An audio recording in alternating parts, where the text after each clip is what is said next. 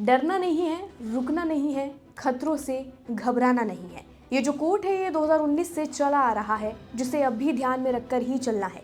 HMPV virus आने के बाद से लोग डरे हुए हैं कि कहीं ये कोरोना जैसा ही खतरनाक तो नहीं, या फिर से लॉकडाउन तो नहीं लगेगा। लेकिन ऐसा नहीं है। अपने मन से डर को निकाल दीजिए, ये इतना खतरनाक नहीं है। ऐसा क्यों? इसका जवाब आपको हमारे पिछले वीडियो में मिल जाएगा।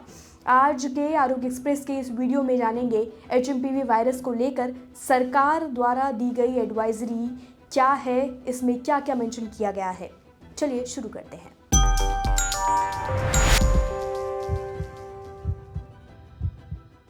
सबसे पहले केंद्र सरकार द्वारा दी गई एडवाइजरी के बारे में बात कर लेते हैं। आपको क्या करना है और क्या नहीं, ये सब कुछ इस एडवाइजरी में मेंशन है। सबसे पहले बात कर लेते हैं कि इसमें आपको क्या करना है। खांसते या छींकते समय अपने मुंह और नाक को रुमाल या टिश्यू पेपर से ढक लेना है। अपने हाथों को लगातार साबुन और पानी या अल्कोहल बेस्ड सैनिटाइजर से धो लेना है। भीड़ भाड़ वाली जगहों से बचना है। अगर आपको बुखार, खांसी और छींक आ रही है तो सार्वजनिक जगहों से दूर रहें। अपने आप को भीड़ में जाने से बचाएं। संक्रमण को कम करने के लिए कमरों में वेंटिलेशन की व्यवस्था जरूर बनाकर रखें। अगर आप बीमार हैं तो घर पर रहें और दूसरों से मिलने से बचें। खूब सारा पानी पिएं, अपने आप को हाइड्रेटेड रखें और पौष्टिक भोजन खाएं। हरी भरी सब्जियों का सेवन ज़्यादा करें। अगला, आपको क्या नहीं करना है। टिश्यू पेपर और रुमाल को दोबारा इस्तेमाल नहीं करना है। यानी इस्तेमाल किया गया टिश्यू पेपर या फिर रुमाल आपको बिना धोए दोबारा इस्तेमाल नहीं करना है। बीमार लोगों के साथ नज़दीकी संपर्क, तौलिया आदि का इस्तेमाल बिल्कुल नहीं करना है। बार बार आँख, नाक और मुंह को नहीं छूना है। सार्वजनिक जगहों पर थूकना नहीं है। आखिरी है, बिना डॉक्टर की सलाह के, बिना डॉक्टर से पूछे किसी भी दवाई का सेवन नहीं करना है या खुद से इलाज नहीं करना है। देखा आपने एडवाइजरी में कितनी चीज़ें शामिल हैं। इन चीज़ों का पालन करें, आप एचएमपीवी से बच सकते हैं, ये निश्चित है। अब देश में कुल पाए गए मामलों के बारे में बात कर लेते हैं। देश में एचएमपीवी के सबसे ज़्यादा 4 मामले गुजरात से हैं, महाराष्ट्र में 3, कर्नाटक और तमिलनाडु में 2-2, यूपी, राजस्थान, असम और बंगाल में 1-1 केस सामने आए हैं।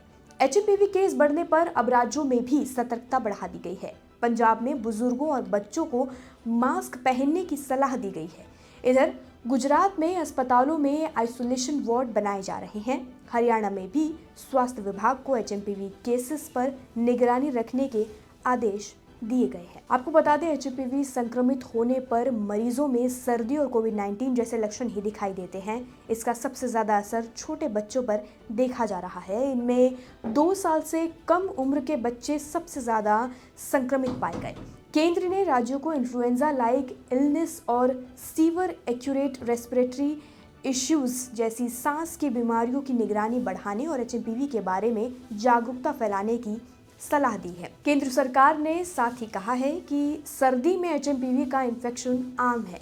चीन में एचएमपीवी के बढ़ते मामलों के बीच इमरजेंसी जैसे हालात बनने की बात की गई थी। हालांकि भारत सरकार ने 4 जनवरी को जॉइंट मॉनिटरिंग ग्रुप की बैठक की थी।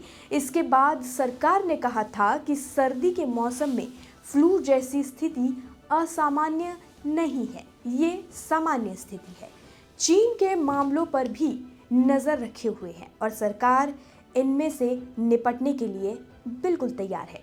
सरकार ने कहा कि भारत में आईसीएमआर और आईडीएसपी के जरिए इन्फ्लुएंजा जैसी बीमारी यानी इली और इन्फ्लुएंजा के लिए गंभीर तीव्र श्वसन बीमारी यानी जो सांस की बीमारी होती है, जिसे शॉर्ट फॉर्म में सारी कहा जाता है, इसके लिए मजबूत निगरानी सिस्टम मौजूद है। इस पर नज़र रखी जाएगी।